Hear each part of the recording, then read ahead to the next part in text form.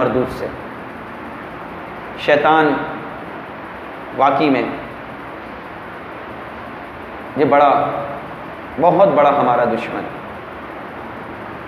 پروردگار کی بارگاہ میں دعا کیجئے اللہ تعالی ہمیں استقامت دے دے اور ہمیں نیکیاں کرنے کی توفیق عطا فرمائے، اپنی عادت بنائیں،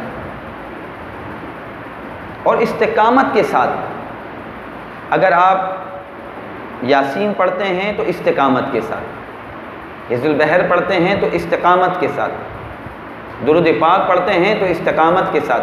ایسا نہیں چند دن پڑھے اور چھوڑ دیا، اس سے آپ کو کوئی فائدہ حاصل نہیں ہوگا۔ استقامت حاصل کریں، رب سے استقامت کی دعا مانگیں۔